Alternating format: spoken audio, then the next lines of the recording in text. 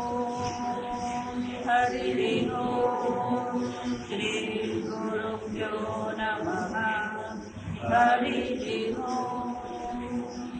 ओम वासाय प्रतिबोधितां भगवता नारायणेन स्वयं व्यासेन प्रथितां पुराणमुनिना मध्ये महाभारतम् अद्वैतामृतवर्षिणीं भगवतीम् अर्काणचार्यायिनीम् अम्ब त्वामनुसन्दधामि भगवद्गीते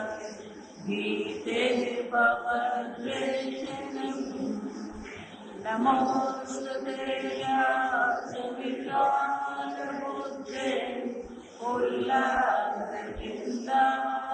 तपःप्रणीत येन त्वया भारतशैलपूर्णः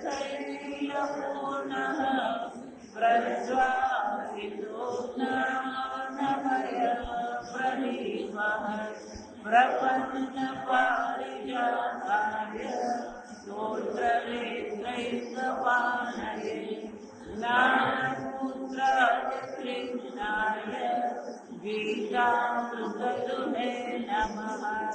सर्वोपनिषदो गावः दोग्धारूपाय नन्दनः पार्थो वर्षसुधीर्भोक्ता दुग्धं सीतामृतं महद वसुदेवसुतं देवं कंसचाणूरमर्दनं देवकी परमानन्दं कृष्णं वन्दे जगद्गुरुं भीष्मद्रोणतथा जयद्रथजया गान्धारनीलोत्पला शल्यद्रावती कृपेण वहति कर्णेन वेदपुला अश्वत्थामविकर्णघोरमकर दुर्योधनावर्तिनी सोतेना खलु पाण्डवैः जनदधि कैवल्यकेशवः पारसद्यवचः सरोजममलं गीतासदन्तोत्कटम् नानाख्यानकेसरं हरिकथा सम्बोधनाबोधितम् लोके सज्जनसत्पदेन्द्रहरः वेदीयमानं मुदा भूयात्वादपङ्कजकलिमला प्रध्वंसिनश्रेयसे मूकं करोति वाचालं पङ्गुं लङ्घयते गिरिं यत्कृपातमहं वन्दे परमानन्दमाधवम् यं ब्रह्मा वरुणेन्द्ररुद्रमरुतः तुन्वन्निधीरैस्तवैः वेदैः साङ्गपदक्रमोपनिषदैः गायन्ति यं सामगाः ध्यानावस्थिततद्गतेन मनसा पश्यन्ति यं योगिनः यस्यान्तं न विदुषुरासुरगणाः देवाय तस्मै नमः। ॐ सहना भवतु सहनौ भुनक्तु सह वीर्यङ्करवावहै तेजस्विनावधीतमस्तु मा विद्विषावहै।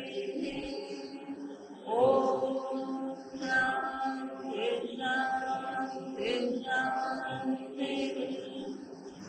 સંપૂર્ણ પૃથ્વીમાં જ્યારે અધર્મની વૃદ્ધિ થઈ જાય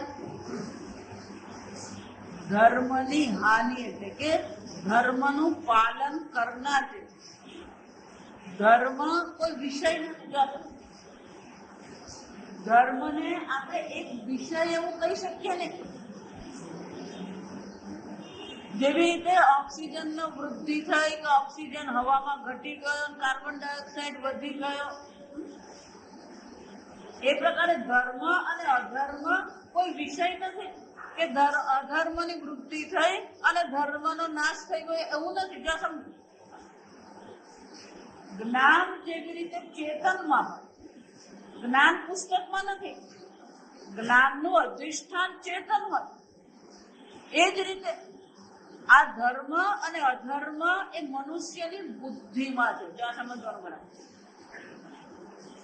આપણે આગળ અનેક વાર જોઈએ કે કોઈને એવું શીખવવું પડે નહીં, સત્ય બોલવું જોઈએ, ચોરી કરવી જોઈએ નહીં, કારણ કે ધર્મ અને અધર્મ દરેકની બુદ્ધિમાં તો છે જ.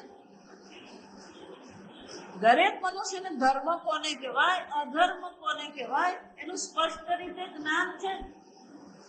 એટલે જયારે એમ કહેવામાં આવે કે ધર્મનો નાશ થવા માંડ્યો, અધર્મની વૃદ્ધિ થઈ, તો એ ક્યાં થયું?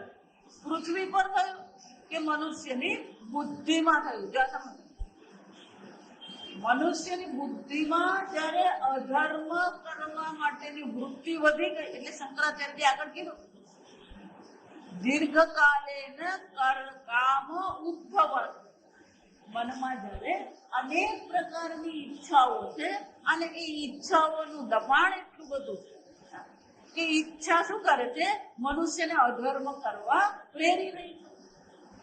આમ મનુષ્ય જયારે અધર્મની વૃદ્ધિ એટલે કે જયારે મનુષ્ય અધર્મ રૂપી કર્મ વધારે કરી રહ્યો છે, જો આ સમજવાનું બરાબર. ધર્મનો હ્રાસ થઈ ગયો છે એટલે કે ધર્મનું અનુષ્ઠાન કરનાર મનુષ્યોને તકલીફ પડી રહી છે. અધર્મનું પાલન કરનાર જે છે એની વૃદ્ધિ થઈ છે. આમ ધર્મની અને અધર્મની વૃદ્ધિ એટલે ખરેખર તો શું છે? ધર્મ અને અધર્મનું અનુષ્ઠાન કરનાર. આ સમજવાનું. એટલા માટે ભગવાન શું કહે? પરિત્રાણાય સાધુનામ વિનાશાય ચ દુષ્કૃતમ. અધર્મનું પાલન કરનારા દુષ્કૃતમ છે, દુષ્કર્મ કરનારાઓ જે છે એની વૃદ્ધિ થઈ ગઈ, વધી ગયા.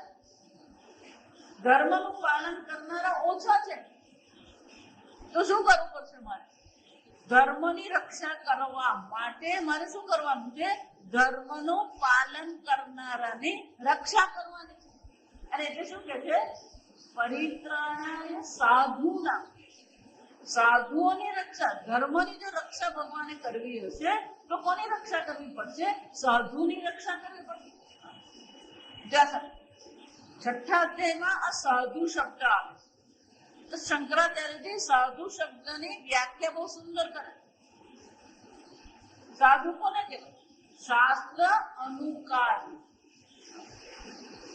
ઈચ્છા અનુકારી નથી. કેવો છે? શાસ્ત્ર અનુકારી. શાસ્ત્ર કે જે સવારે ઉઠીને પૂજા કરવી, તો પછી શું કરવાનું?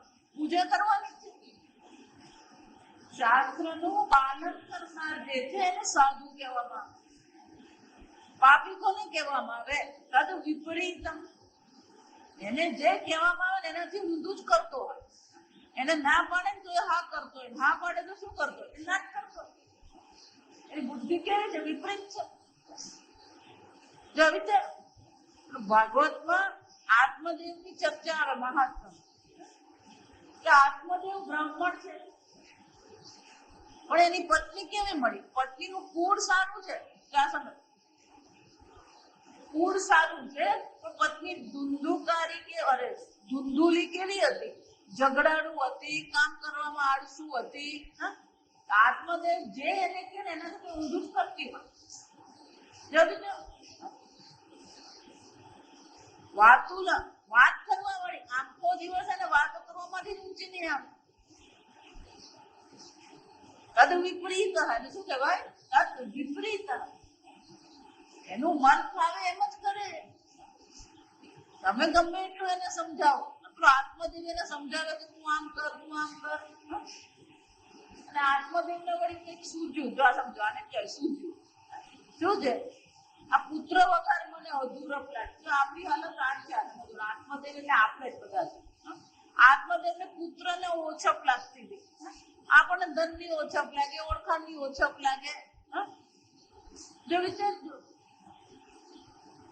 દુઃખી આપણે આપણી રીતે જ થયા. આત્મદેવ દુઃખી જ થયો કે મહાત્મા પાસે જઈને શું કીધું? બસ મને ગમે તેમ કરીને પુત્ર તમે લાગ્યા. મહાત્મા કે 7 જન્મ સુધી તારા પ્રારબ્ધમાં પુત્ર છે જ. છતાં પેલો કર કરીને મહાત્મા કે તમે પુત્ર જો નહીં લાવી આપો, તમે પુત્રને મને આશીર્વાદ નહીં આપો તો તમારા દેખતા જ આપઘાત કરું. મહાત્મા વિચાર કરે કામોદ્ભવ હતા. શું કહેવાય? એક વાર મનમાં ઈચ્છા થાય પછી ઈચ્છા તમારી પર શું કરાવે? ગમે તે કરાવે. એટલે મહાત્મા સારું, આ તને હું ફળ આપું છું, તારી પત્નીને આ ફળ ખવડાવજે. 1 વર્ષ પછી એને શું થશે? પુત્રનો જન્મ થશે.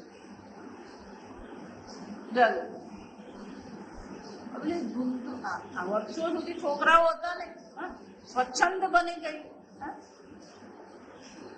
એટલે પેલી ધૂંધુલી વિચારે કે આ ફળ હું ખાઈશ, પછી મને ગર્ભ રહેશે, પછી મારું પેટ ફૂલી જશે, પછી મારું ફિગર બદલાઈ જશે. જો આ લખેલું છે કે મારું શરીર બેડોળ બની જશે. અંગ્રેજી શું કહેવાય? ફિગર. આજકાલની છોકરીઓને આ ચાલતું હોય. આ તમે કે મારું શરીર બેડોળ બની જશે, મારી કમર દુખશે, આ પ્રસવની પીડા મારે સહન કરવી પડશે, પછી આ છોકરાને કોણ રાખશે, છોકરો રડશે. એને વિચાર કર્યો કે આને કરવું શું? આ તો બુદ્ધું છે, તો અક્કલ છે જ નહીં. ફળ લઈ આવ્યો પણ સહન તો માર કરવાનો. હંમેશા સ્ત્રીઓને એવું જ લાગે મારો પતિ બુદ્ધું જ છે. આ સમજ ઘર પેલો જ ચલાવતો હોય છતાં એ લોકોને એમ જ લાગે કે આ બુદ્ધું જ છે. અને જે લોકોને એમ લાગતું હોય કે અમારા પતિદેવ બુદ્ધું છે, એને એમ કહેવાનું તું જે કમાણી કરી લાવ મહિનાની 10,000, પછી એને ખબર પડે કેટલી અક્કલ છે. જો વિચાર પેલી રીતે આત્મદેવને કઈ અક્કલ નથી, એના ફળ લઈ આવે. સમજ? એટલે એને શું કર્યું? એને એની બેનને પૂછ્યું કે હવે હું શું કરું? એની બેન કે મને ઘર પર રહ્યો છે, કામ કર, તું આ ફળ જે છે કઈક ફેંકી દે બહાર. એટલે વાડામાં પેલી ઘરમાં ગાય હતી, ગાયને એને શું કર્યું? ફળ ખવડાવ્યું. જો દીકરા, હું હંમેશા એટલા માટે ઘરનો આધાર તો સ્ત્રી જ છે. તો સ્ત્રીમાં જ ઠેકાણું નહીં તો ઘરમાં ઠેકાણું નહીં રહે, સમાજમાં ઠેકાણું રહે. એને 2 કામ કરવાની આળસ આવતી ને, એક ઘર શું સંભાળવાનું? વિચારો. એની બેનને છોકરો થયો, એ છોકરો એ ઉઠાવી લાગે અને પછી કીધું કે મને દૂધ આવતું નથી, એટલે મારી બેનને તો એનો ગર્ભ મરી ગયો છે, એનું દૂધ પીવડાવે, બેનને લઈ આવી ગયો. એટલે સારી ઘરમાં આવે. એક ઈચ્છા થઈ માત્ર પુત્રની. એટલે આત્મદેવની હાલત શું થઈ? પછી ગાયને પેલું ગર્ભ રહી ગયું. ગાયને ગોકર્ણનો જન્મ થયો. ગોકર્ણ કોણ હતો? મહાત્માના આશીર્વાદથી જન્મેલો. એ બ્રાહ્મણ તરીકે જે ઉછર્યો, એને શાસ્ત્ર અધ્યયન કર્યું. પણ આજે પેલો આવ્યો ઘરમાં ધુંધુકારી. એ ધુંધુકારીની હાલત શું છે? કોઈ પ્રકારે માનવા તૈયાર નથી. સ્વચ્છંદ. માને મારે, બાપને મારે, કોઈને કયા નથી. આ તો વિપરીત હશે. શાસ્ત્રનો અનુસરણ કરવા તૈયાર નથી. છેવટે પેલો આત્મદેવ કંટાળીને શું કર્યું? જતો રહ્યો. ગોકર્ણ ગયો તો કાશી ગયો તો ભણવા માટે, પાછો આવે ખબર પડી કે આ મારા પિતાજી દુઃખી થઈ ગયા. તો કે પિતાને શું થયું? તો કે આ મારી હાલત છે.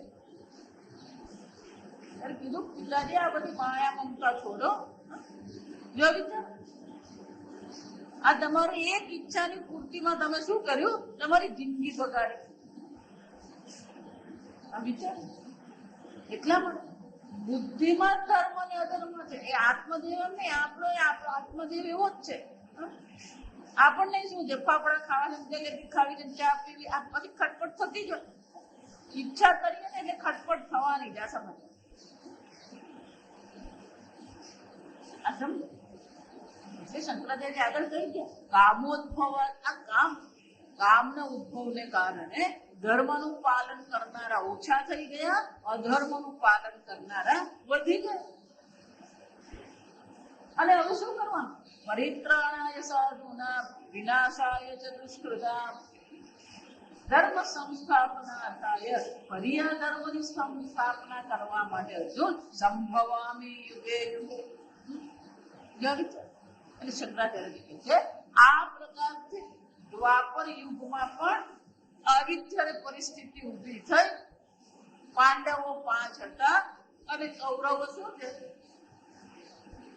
100 કૌરવો અને 5 પાંડવો.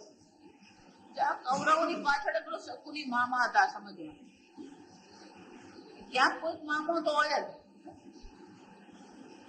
ખટપટ ચાલતી છે. મામા હોય, કાકા હોય, ફોજ હોય, માસી હોય, કોઈ તો હોય જ. વિચાર ત્યારે શું કરવું પડ્યું ભગવાન?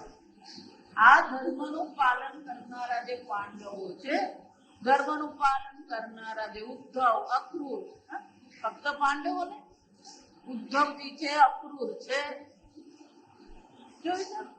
આ બધા ધર્મનું પાલન કરનારા છે. ભગવાને શું કરવું?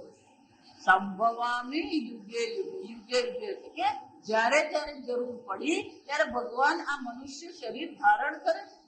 એ જ રીતે જ્યારે આ દ્વાપર યુગની પરિસ્થિતિ ઊભી થાય ત્યારે શંકરાચાર્યજી કહે છે લોક અનુગ્રહ કુર્વન દેહવાનિવ જાતઃ, જાણે કે દેહવાળા હોય એ પ્રકારે ભગવાનને શું થયું?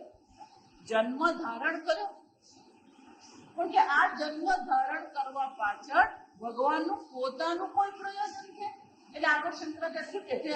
સ્વપ્રયોજન અભાવેપી ભૂત અનુજિગૃક્ષયા વૈદિકમ હિ ધર્મદ્વયમ. આ વૈદિક ધર્મ તો કે જ છે, તો સમજો, પ્રવૃત્તિ લક્ષણ અને નિવૃત્તિ લક્ષણ. તમે યોગ કહો, ભક્તિ કહો, કર્મ કહો, આ બધી વસ્તુ ક્યાં આવવાની? કર્મમાં જવાની. અને બધી વસ્તુ જ કામની છે. શાના માટે? અંતઃકરણ સિદ્ધિ માટે એ જરૂરી જ છે.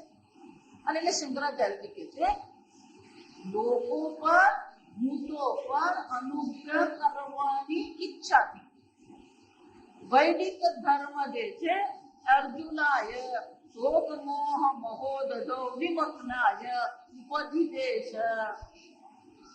ભગવાન શંકરાચાર્ય છે કે આ પ્રકારથી અર્જુન જે શોક અને મોહના સાગરમાં ડૂબેલો, આપણે શોક ને મોહના સાગરમાં પડેલા. શોક મોહ મહોદધો, સાગર એટલે ઉદધિ એટલે સાગર, મહાસાગરમાં આપણે બધા શું થયા છે? ડૂબેલા છે.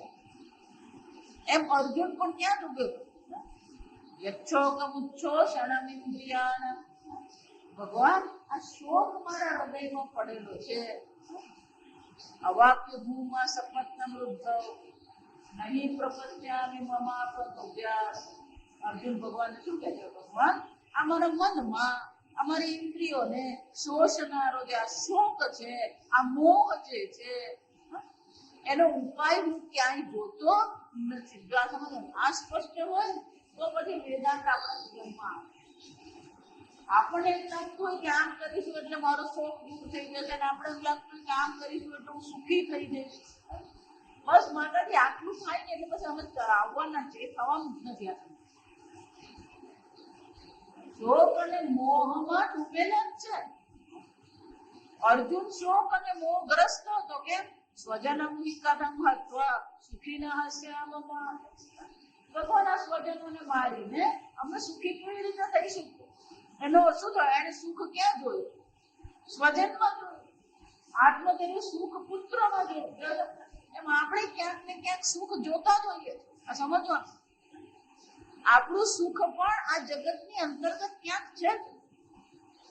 અને જો એ જગતની અંતર્ગત ક્યાંક આપણે સુખ જોઈએ છે તો પછી શું થવાનું? શોક મોહ મહાસાગર નિમગ્નાય, ડૂબેલો છે. શોક સંવિઘ્ન માનસઃ અર્જુન શોકગ્રસ્ત છે, પણ એ શોક આવ્યો ક્યાંથી? મોહને કારણે. જો આ સમજવા, શોકનું કારણ મોહ છે. કોઈ પણ પ્રકારનું દુઃખ તમારા જીવનમાં હોય, જીવનમાં બે પ્રકારની પરિસ્થિતિઓ હોય. આ બરાબર સાંભળો. કેટલીક પરિસ્થિતિઓ શરીર, મન, બુદ્ધિની દ્રષ્ટિએ અનુકૂળ કહેવાય. કેટલીક પરિસ્થિતિઓ શરીર, મન, બુદ્ધિની દ્રષ્ટિએ પ્રતિકૂળ. શરીર, મન, બુદ્ધિ કહીએ તો વેશ પણ આવી ગયો. પતિ તરીકેનો, પિતા તરીકેનો, ભાઈ તરીકેનો, પત્ની તરીકેનો, બેન તરીકેનો, માતા તરીકેનો, આજે વેશ ભજવ્યો. તો હંમેશા જીવનમાં અનુકૂળતા અને પ્રતિકૂળતા તો આવવાની જ છે. જો સમજો, પણ એ અનુકૂળતા અને પ્રતિકૂળતા જે જીવનમાં છે, એ અનુકૂળતા અને પ્રતિકૂળતા ઉપાધિની દ્રષ્ટિએ છે. પણ જ્યારે ઉપાધિમાં અહંભાવ કરીને બેઠા હોય ત્યારે એ પછી અનુકૂળતા અને પ્રતિકૂળતા કોને બની જાય? પોતાને બની જાય. એક વાર દેહ બુદ્ધિ છે તો દેહમાં પ્રતિકૂળતા આવી એટલે કોને પ્રતિકૂળતા આવે? એટલે કહું ને, તાવ શરીરને આવ્યો હોય પણ શું કહીએ? મને તાવ આવે. મન ચંચળ છે પણ શું કહીએ? હું ચંચળ છું. જો વિચાર, અનુકૂળતા પ્રતિકૂળતા તો છે જ આ જગતમાં. જ્યાં ઉપાધિ છે ત્યાં અનુકૂળતા પ્રતિકૂળતા રહેવાની છે. પણ જે અનુકૂળતાને મારી અનુકૂળતા માને છે એ બધી સુખ બુદ્ધિ કરે. પ્રતિકૂળતા માને છે તો પ્રતિકૂળતામાં શું કરી રહ્યો છે?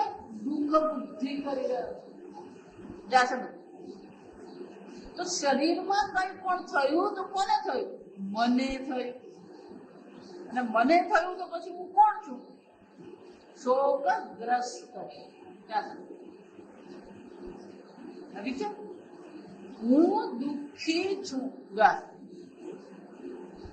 પ્રતિકૂળતા તમારું દુઃખનું કારણ નથી.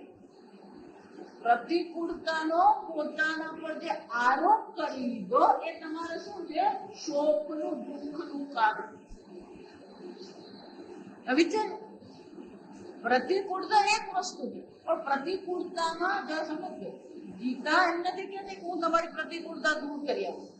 ગીતા એમ કે છે કે તમારી પ્રતિકૂળતામાં પણ તમે એ પ્રકારથી પોતાને જુઓ કે પરિસ્થિતિ પ્રતિકૂળ છે જે ઉપાધિની દ્રષ્ટિએ છે.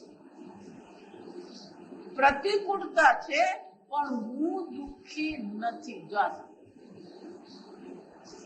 પણ આપણે શું કરીએ છીએ? બહાર દુઃખ છે પણ એ દુઃખનો આપણે શું કરી લીધો? પોતાના પર આરોપ કરી લીધો. શરીર અલ્પ છે પણ એ અલ્પતાનો આપણે શું કર્યો? પોતાના પર આરોપ કરી લીધો. એમ અર્જુને પણ શું કર્યું? બહારની અનુકૂળતા પ્રતિકૂળતાનો પોતાના પર આરોપ કરીને શું કહી દીધું? ભગવાન, હું શોકગ્રસ્ત છું. નારદજીની એ જ હાલત થઈ, વ્યાસજીની એ જ હાલત થઈ. આ સમજવા, ઉપાધિમાં અહમ બુદ્ધિ કરીએ એટલે દુઃખી થવાના જ છે. એટલે સ્થિત પ્રજ્ઞાના લક્ષણમાં ભગવાન શું કહે છે? દુઃખેષુ અનુદ્વિગ્ન મનઃ. એવું નથી જ્ઞાની છે તેને પ્રતિકૂળતા નહીં, એને પ્રતિકૂળતા છે, પણ એ પ્રતિકૂળતામાં હું દુઃખી છું એવો નિર્ણય કરીને ઉદ્વિગ્ન થતો નથી. બાકી પ્રતિકૂળતા બધાના જીવનમાં હોય. આ સમજ, આપણે હંમેશા એમ જ લાગે કે આપણી પાસે જ આવી બધી પરિસ્થિતિ આવતી, આપણે શું આયોજન કર્યું હોય અને કઈ ભયતું જ આયોજન થઈ જતું હોય. આપણને એમ થાય કે ટિકિટ 1 તારીખની કરાવેલી, પણ 1 તારીખ એટલે શું થતી?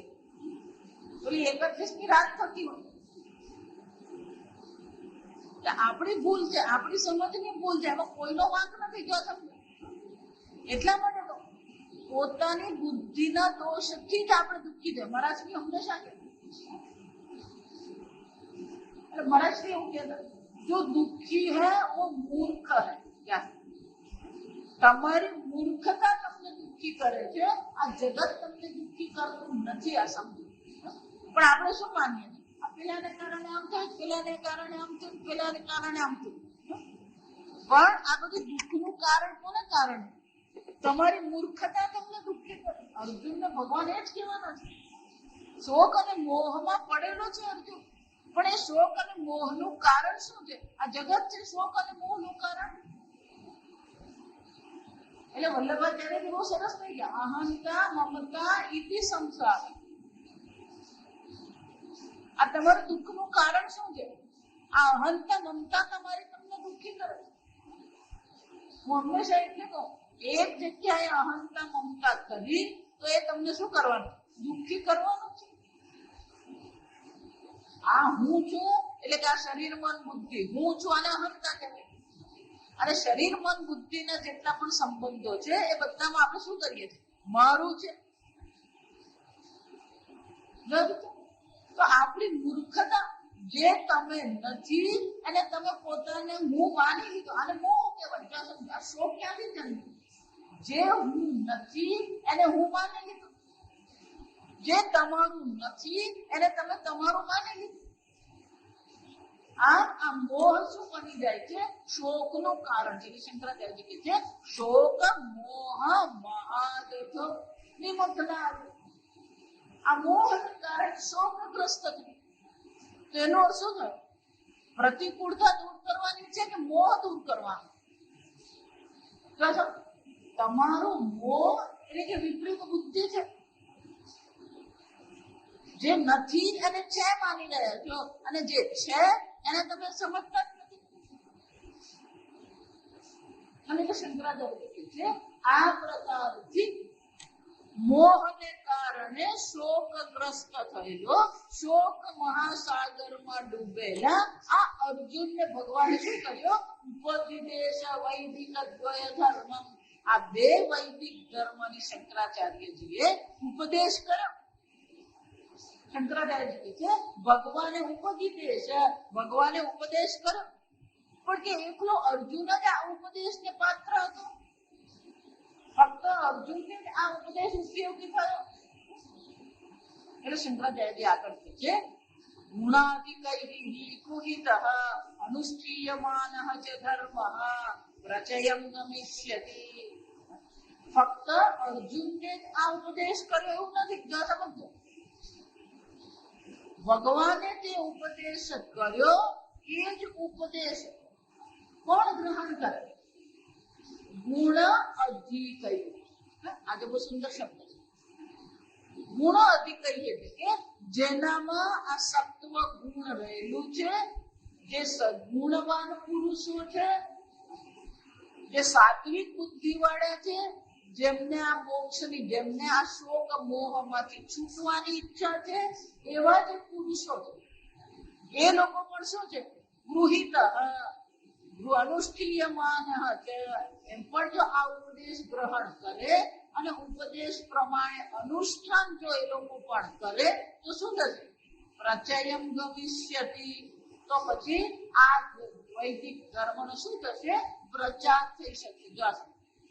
શંકરાચાર્ય કહે છે આ પ્રકારથી ભગવાને અર્જુનને તો નિમિત્ત બનાવ્યો, પણ સાથે સાથે આ વૈદિક ધર્મનો ફરીથી વૈદિક ધર્મની સ્થાપના થાય, ફરીથી આ વૈદિક ધર્મનું આચરણ અનુષ્ઠાન કરવામાં આવે, એ હેતુથી ભગવાને શું કર્યું? અર્જુનને તો શોક અને મોહના મહાસાગરમાંથી પાર ઉતાર્યો છે, પણ સાથે સાથે અન્ય પણ જે સાત્વિક લોકો છે, જે મોક્ષજનો છે, સાધકજનો છે, એમના પર પણ અનુગ્રહ કરવા માટે થઈને ભગવાને આ ઉપદેશ કર્યો છે. એનો અર્થ શું થયો? ફક્ત અર્જુન માટે ભગવદ ગીતા નથી. આ ભગવદ ગીતા કોના માટે છે? તમારા માટે છે. આ સમજવા આપણે પણ એ શોક અને મોહમાં ડૂબેલા જ છે.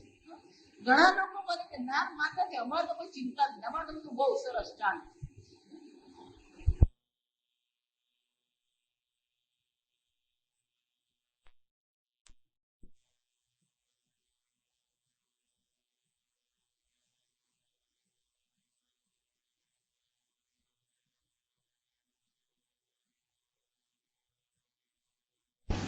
ઓબામા અહીંયા આવ્યો એને એમ કે હું મારી રીતે બધું કામ કરીશ.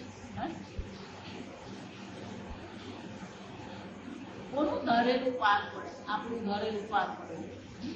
ઓબામા કયો પ્લાન લઈને આવ્યો અને પેલો બીજે દિવસે પેલા ઝેવિયર કોલેજના છોકરી એવો પ્રશ્ન પૂછી નાખે બાપડો એ શંકા થઈ.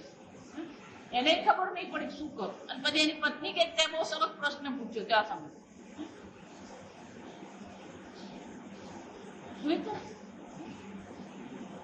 કોને અનુકૂળતા લઈશું, કોને પ્રતિકૂળતા લઈશું, કોનું આપણું જીવન યોગ્ય છે એમ કહીશું. જોયું તો સમજવું. અને એટલે શંકરાચાર્ય છે ફક્ત અર્જુન જ ને અર્જુન નિમિત્ત કૃત્ય. સમજ, અર્જુન તો ફક્ત શું છે? નિમિત્ત જ છે. અર્જુનને નિમિત્ત બનાવીને ખરેખર ભગવાને શું કર્યું? ભૂત અનુજિગૃક્ષય, સર્વ ભૂતો પર ભગવાને અનુગ્રહ કરવાની ઈચ્છા હતી. અર્જુન તો નિમિત્ત બન્યો એમાં. અને અર્જુનને નિમિત્ત બનાવીને ભગવાને ઉપદેશ કર્યો. એ ઉપદેશ આપણે પણ ગ્રહણ કરવાનો છે. એ ઉપદેશ આપણે પણ સમજવાનો. આ ઉપદેશ આપણને જ થઈ રહ્યો છે. આપણે શોક અને મોહમાં પડેલા છીએ. અને શોક અને મોહનું કારણ શું છે? આપણી જ મૂર્ખતા છે. જો એટલા માટે જે લોકો બબડાટ કરવા આમ થઈ ગયું પેલું થઈ, જે થઈ ગયું તો થઈ ગયું. તમે બબડાટ કરો એટલે બદલાવાનું છે. ધારો કે કોઈ વ્યક્તિ ખોટી છે, તમે ગમે એટલું બબડાટ કરો, એ વ્યક્તિ સુધરી જવાની છે. આપણી મૂર્ખતા આપણને દુઃખી કરે. કોઈના પર આરોપ કરવાનો કોઈ મતલબ જ નથી. અને એટલે શંકરાચાર્ય કહે છે કે આ પ્રકારથી ભગવાને વૈદિક ધર્મ દ્વય, આ વેદના જે બે ધર્મ જે છે, પ્રવૃત્તિ લક્ષણ અને નિવૃત્તિ લક્ષણ જે ધર્મો છે, એના પ્રચાર માટે અર્જુનને પણ શોક અને મોહમાંથી પાર ઉતાર્યો. એટલું જ નહીં, પણ જે મુમુક્ષુજનો છે, જે સાધક લોકો છે, એના પર અનુગ્રહ કરવા માટે પણ ભગવાને ઉપદેશ કર્યો. શંકરાચાર્યજી બહુ પ્રેક્ટિકલ છે આ સમજવું. તર્કબદ્ધ પણ અને પ્રેક્ટિકલ છે. શોક અને મોહમાં ડૂબેલા અર્જુનને પાર ઉતાર્યો ભગવાન. આપણી મુશ્કેલી ક્યાં છે? જ્યાં બુદ્ધિ વાપરવાની ત્યાં આપણે બુદ્ધિ વાપરતા નથી, અને જ્યાં નથી વાપરવાની ત્યાં આપણે વાપરતા કરીએ. આ હમણાં વરસાદ કમ પડ્યો ને વરસાદ પણ પડે, તારા હાથમાં છે વરસાદ? જે આપણા હાથમાં નથી એને માટે ચર્ચા કરવાનો કોઈ મતલબ જ નથી. જો સમજો, જે આપણા હાથમાં એનો જ વિચાર કરવાનો, એમ જ બુદ્ધિ વાપરવાની. એટલે શંકરાચાર્ય જો હવે પછી વાક્ય બહુ અદભુત છે. આપણા મનમાં આ શંકા નહીં આવે, પણ શંકરાચાર્યજીને ખબર છે, તર્કબદ્ધ રીતે વિચારે છે. આ ઉપદેશ ભગવાને અર્જુનને કરેલો. સાંભળજો, ઉપદેશ કર્યો. ક્યાં કર્યો હતો? બે સેનાની મધ્યમાં ઉપદેશ કર્યો. બરાબર? તો બે સેનાની મધ્યમાં જો ઉપદેશ કર્યો હોય અને સાંભળનાર તો એ કરશું ન જતો, ઉપર હનુમાનજી બેઠા હતા. તો પછી વ્યાસજી આ ઉપદેશ કેવી રીતે લખી શકે?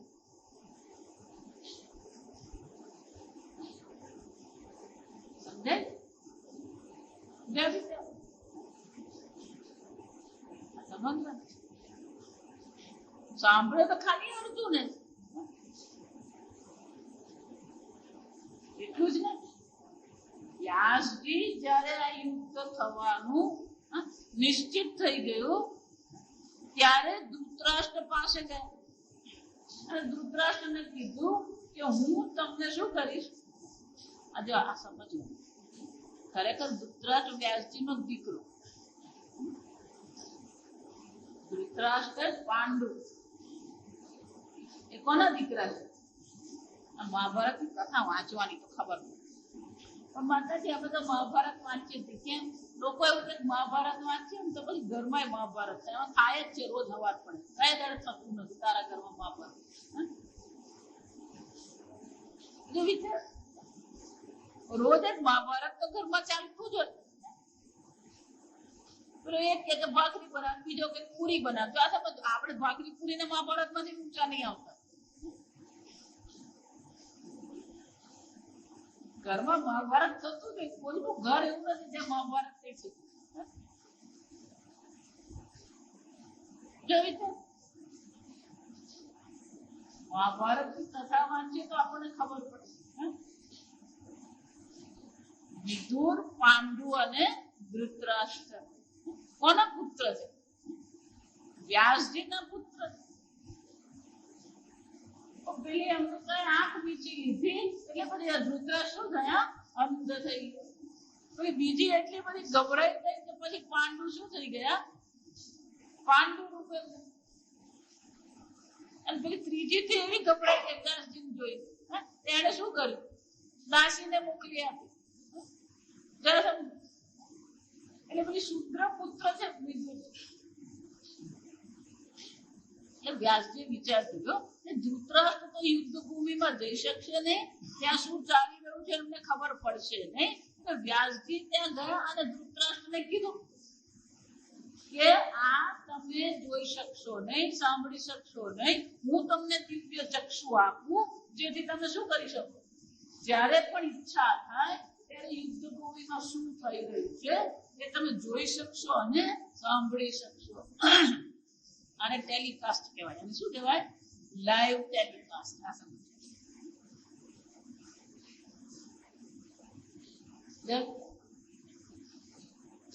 ધૃતરાષ્ટ્ર શું કીધું? ના ના ના, મારા પુત્રો પર તીર ચાલે, મારા પુત્રો ઘાયલ થાય એ હું જોઈ શકું નહીં.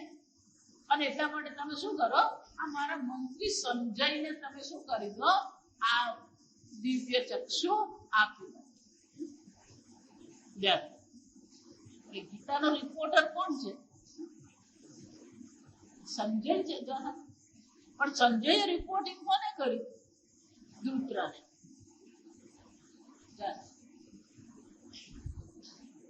સમજ? એનો અર્થ શું થયો? ભગવાને તો ગીતા લખી નથી ને અર્જુને ગીતા લખી નથી. એટલે શંકરાચાર્ય કહે છે ભગવાન અને અર્જુને તો ગીતા નથી લખી. કે સંજયે રિપોર્ટિંગ કર્યું કે નહીં? રિપોર્ટિંગમાં મગજ માર્યું. પેલો રિપોર્ટ કેમ લખે ને એ જોવું પડે પાછું. કેમ? હજુ એટલા માટે આ છાપામાં જેટલું આવે ને એ બધું સાચું માનવાનું નહીં. દરેક જણ શું કરતા એ પોતાનું શેખી જ લેતા. એનો અર્થ શું થાય? રિપોર્ટર તટસ્થ હોવું.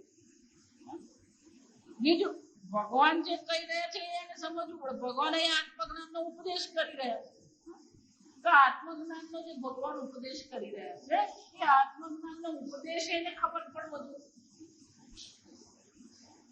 નહીં તો પછી શું થઈ જાય? ઘડો માટી છે ને માટી ઘોડો છે થઈ જાય. જો સમજો, માટી ઘોડો છે એમ કહી દીધું પછી શું થયું? ચાલી જાય?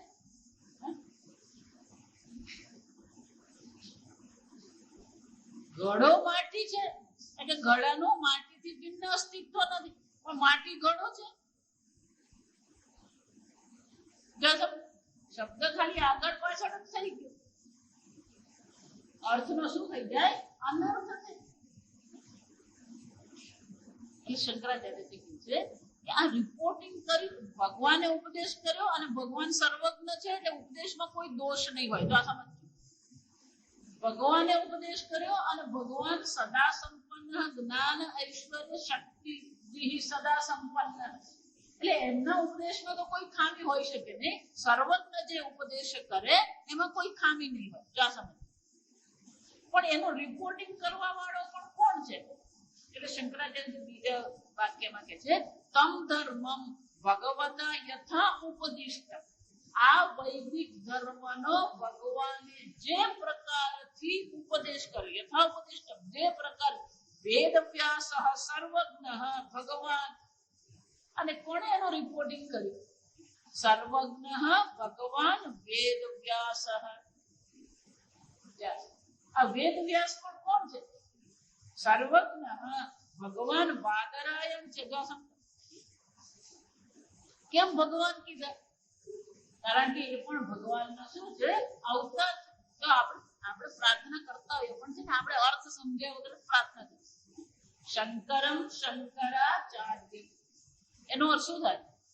શંકરાચાર્ય સાક્ષાત શંકર ભગવાન. કેશવમ બાદરાયણ, બાદરાયણ એટલે વ્યાસજી. આ વ્યાસજી સ્વયં કોણ છે? કેશવ છે, ભગવાનનો અવતાર. 10 અવતાર મુખ્ય છે પણ ખરેખર ભગવાનના 24 અવતાર. 24 અવતારોમાં આ જ્ઞાનનો અવતાર છે. કપિલ મુનિ કહીએ, વ્યાસજી કહીએ, દત્તાત્રેય કહીએ, જો આ સમજો. આ બધા કોણ છે? જ્ઞાન અવતાર છે, જ્ઞાન પ્રધાનતા છે. એટલે શંકરાચાર્ય કહે છે એનું રિપોર્ટિંગ કોણે કર્યું? એટલે શંકરાચાર્ય કહે છે યથા ઉપદિષ્ટમ વેદ વ્યાસઃ સર્વજ્ઞઃ ભગવાન ગીતાખ્યૈઃ સપ્તભિઃ શ્લોક શતૈઃ ઉપનિબંધ. આનું ગ્રથન કોણે કર્યું? વેદ વ્યાસજીએ આ ગીતાને જે છે એ ઉપદેશ કર્યો ભગવાને. ભગવાને આની જેમ શ્લોક ની ગાયા છે.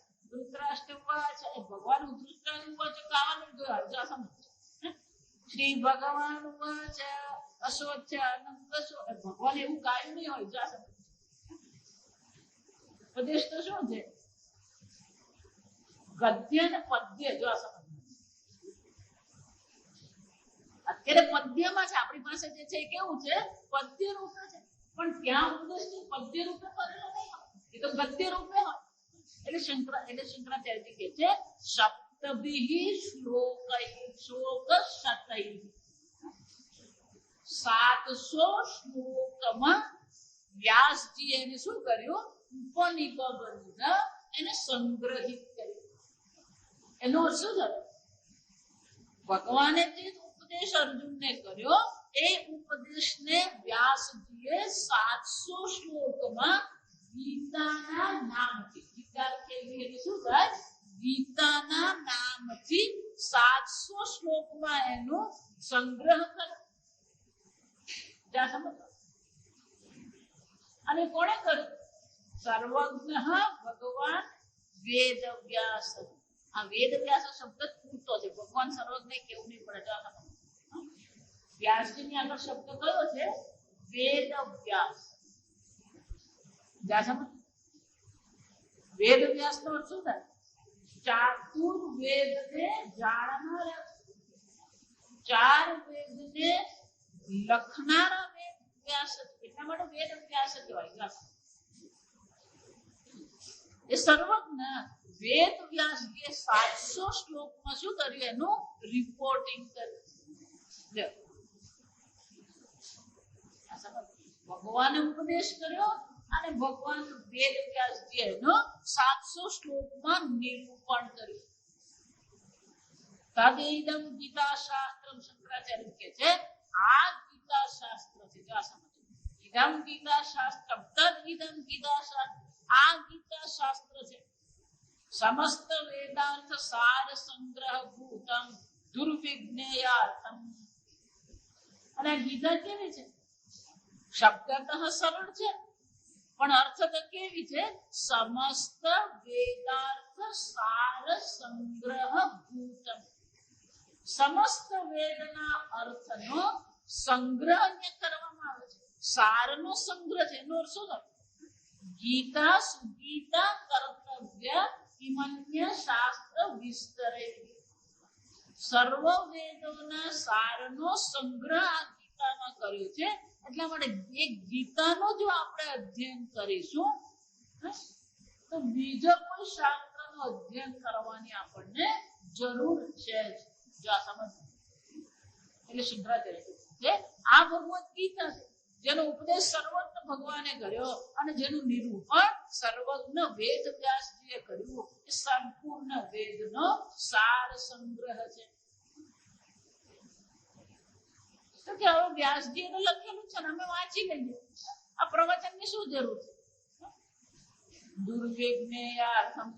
પણ આ ગીતાના અર્થને સમજવો કેવો છે? અઘરો છે. દુર્વિજ્ઞેય કે સાર મૂકું છે તો એટલા માટે આ ગીતા જે છે ભગવાન સ્વયં ત્રિભંગી લલિતા કૃત. રામજી જો તમે સીધા ઉભા કોઈ પણ જગ્યાએ તમે મંદિરમાં જો તો રામજી કેવા હોય આમ સીધા ઉભા. કૃષ્ણ ભગવાને ક્યારેય એમ સીધા ઉભા જોયા? એ ત્રણ જગ્યાએ છે ત્રિભંગી કહેવાય. એમનું શરીર શું છે? ત્રણ. એક તો પગે વાંચા, કમર આ બાજુ, ખભું આ બાજુ અને પછી ડોક આ બાજુ. ડોક આ બાજુ નજર આ બાજુ હોય ત્યાં સમજ.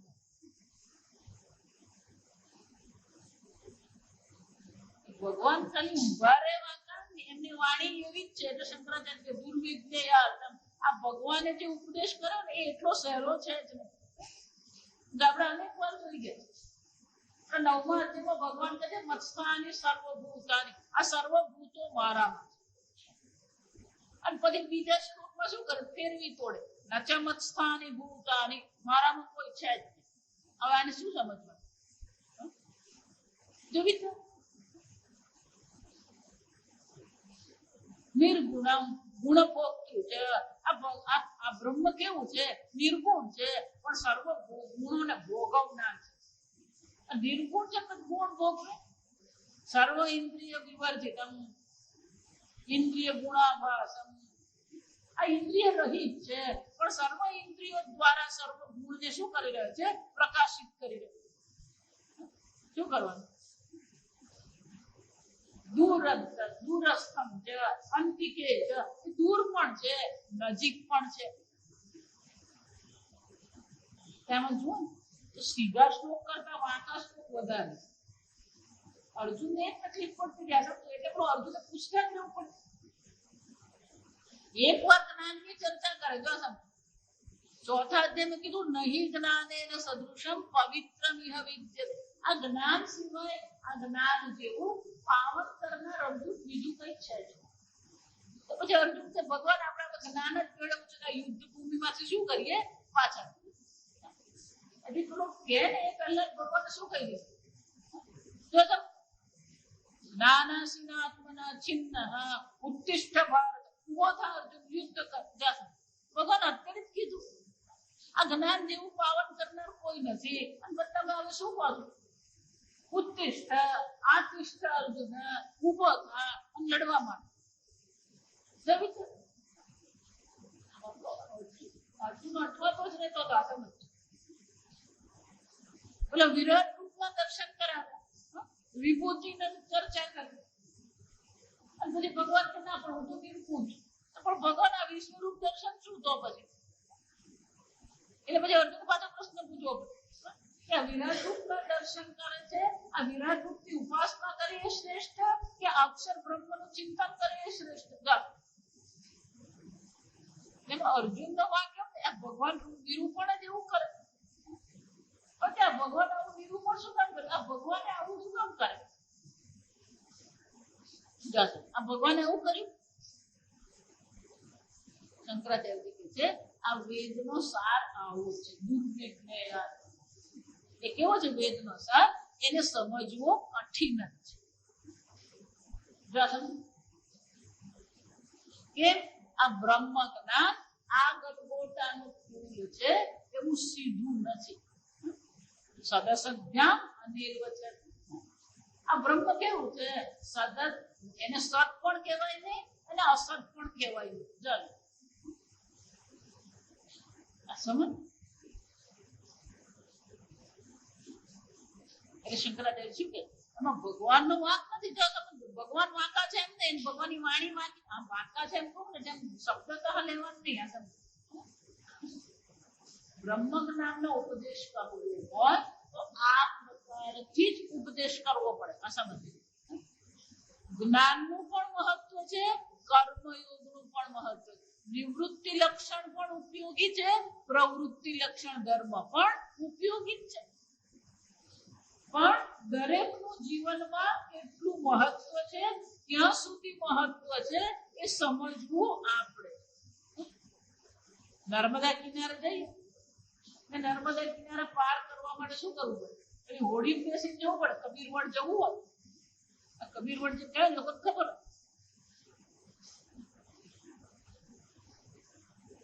કબીર વડ દર્શન કર્યા, બધું કર્યું, પાછા આવે પછી હોળી શું કરવાની? માથા પર લઈને જવાનું.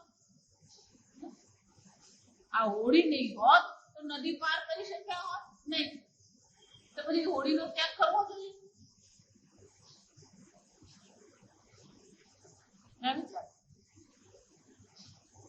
સાધ્યની સિદ્ધિ પર્યંત જ સાધના છે. આ સમજ, સાધ્યની સિદ્ધિ પર્યંત જ સાધના છે.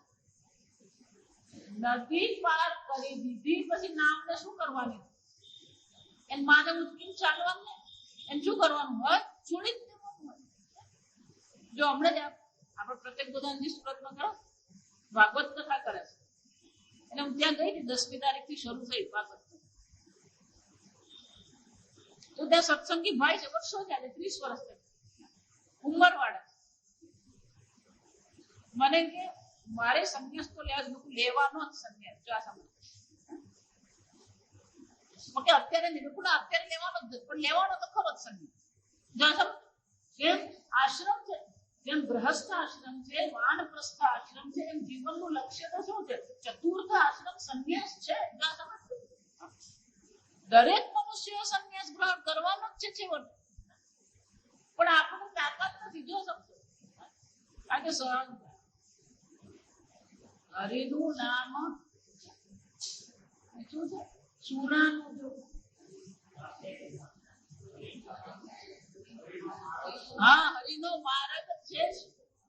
વહી પડ્યા મહાસુખ પાને દેખનહારા દાજે. એક વર્ષ ઋષિકેશમાં પેલા સંન્યાસ દીક્ષા થઈ. સંન્યાસ દીક્ષા થઈ, કોઈ થશે આવડી બુદ્ધિ વાળું જશે. એટલે જેમને સંન્યાસ દીક્ષા, જે 5, 6, 7 જણાની સંન્યાસ દીક્ષા થઈ, એમાં 2-3 જણાના ભૂતકાળનો કોઈકને ખબર હશે. એટલે એને સ્વામીજી હંમેશા ભોજન, રાત્રિ ભોજન પછી પ્રશ્નોત્તરી છે. 8:30 થી 10 શું થતું હોય? પ્રશ્નોત્તરી. એમાં તમારે પ્રશ્ન લખીને આપી દેવાનો, પછી સ્વામીજી ઉત્તર આપે. એટલે પોતે મને સ્વામીજીને પ્રશ્ન પૂછી નાખે, એ સ્વામીજી અધિકારીત્વ વગર તમે સંન્યાસ દીક્ષા કેમ આપો?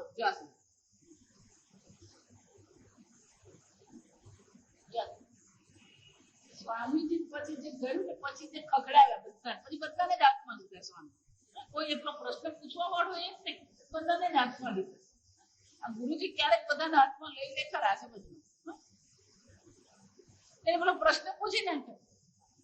એટલે સ્વામીજી કે કોને સંન્યાસ દીક્ષા આપવી અને કોને સંન્યાસ દીક્ષા ન આપવી એનો નિર્ણય કોને આધારે થાય?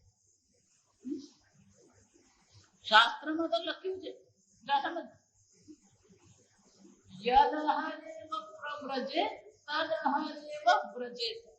જે દિવસે વૈરાગ્ય સંસારથી થયો એ દિવસે આ સંસાર છોડી શું કરવાનું? ચાલતી પકડવાનું. સંન્યાસનો કોઈ નિયમ નથી. આ બ્રહ્મચર્ય આશ્રમ પછી પણ સંન્યાસ છે, ગૃહસ્થ પછી પણ સંન્યાસ છે, ગૃહસ્થ આશ્રમમાં પણ સંન્યાસ છે, વાનપ્રસ્થ આશ્રમમાં પણ સંન્યાસ છે. તમને સંન્યાસ લેતા કોણ રોકી શકે? આ વિચારવાનું. સ્વામીજી કહે કે સંન્યાસ લેનારની ઈચ્છા છે તો એ સંન્યાસ લીધો, તમને શું વાંધો પડે?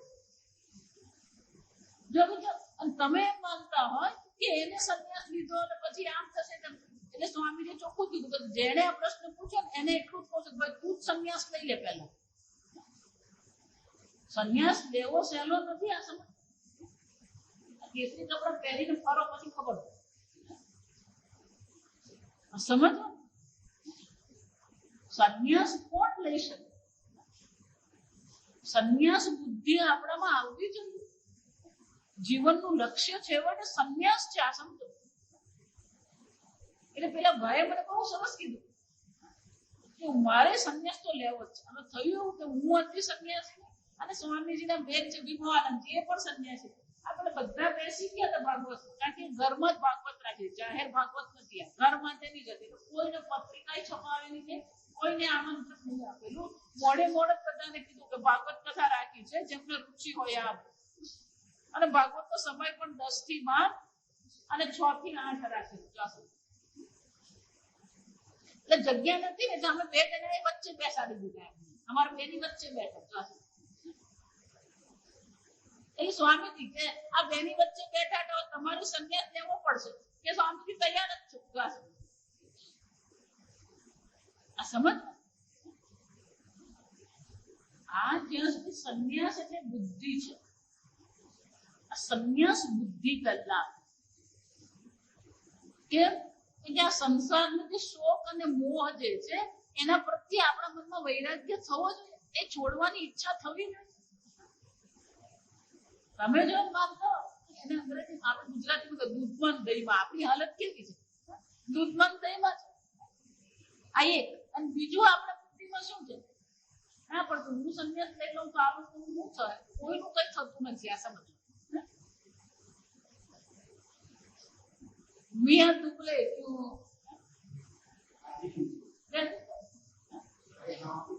હા સમજ. સંન્યાસ ગ્રહણ કરો, સંન્યાસ બુદ્ધિ આવવી જોઈએ. અર્જુનને યાદ નથી બધી, એને સંન્યાસી બનવું હતું. ભગવાન કે તું સંન્યાસી બની જા અર્જુન, મને કઈ વાંધો નથી, પણ તારો જે સ્વભાવ છે એને તું શું કરીશ? જો એટલે સવારના ઉપનિષદ કહી દે સ્વભાવ દોષ, સ્વભાવમાં જો દોષ હશે અને સંન્યાસ ગ્રહણ કરી લીધો તો શું થવાનું? એ 5મા અધ્યાયમાં ભગવાન કહે છે અર્જુનને પેલી સંન્યાસની ઈચ્છા હતી. 4થા અધ્યાયમાં ભગવાન એને જ્ઞાનની ચર્ચા કરે પછી કીધું ઊભો થા અર્જુન. એટલે અર્જુને વળી પ્રશ્ન પૂછ્યો કે ભગવાન તમે કર્મયોગની પણ પ્રશંસા કરો છો, સંન્યાસની પણ પ્રશંસા કરો છો, મને તો ઈચ્છા સંન્યાસની છે, તો પછી આ કર્મયોગની માથાકૂટ શું કામ કરો? ત્યારે ભગવાન શું કીધું? સંન્યાસસ્તુ મહાબાહો દુઃખમાપ્તુમ અયોગતઃ યોગયુક્ત મુનિર બ્રહ્મ અચિરેણાધિગચ્છતિ. જ્યાં સુધી કર્મયોગનું અનુષ્ઠાન કરવામાં આવ્યું નથી, કર્મયોગ પરાયણ જીવન જીવવામાં આવ્યું નથી. અને કર્મયોગ કોને કહેવાય? કર્મમાં ઈશ્વરાર્પણ બુદ્ધિ અને કર્મ ફળમાં પ્રસાદ બુદ્ધિ. આપણા જીવનમાં જેટલો કકડાટ છે ને એ શું બતાવે? પ્રસાદ બુદ્ધિનો અભાવ છે. પ્રસાદ બુદ્ધિ કરીએ તો પછી કોઈ પ્રકારની ફરિયાદ કરવાનું રહે. એટલે ભગવાન અર્જુનને શું કહે છે કે અર્જુન યોગ યુક્ત નથી, જેના જીવનમાં કર્મયોગનું અનુષ્ઠાન નથી, જે કર્મયોગ પરાયણ નથી, એ જો સંન્યાસ ગ્રહણ કરી લેશે તો એ સંન્યાસ એને જ્ઞાન આપવાને બદલે દુઃખ આપનારો બનશે.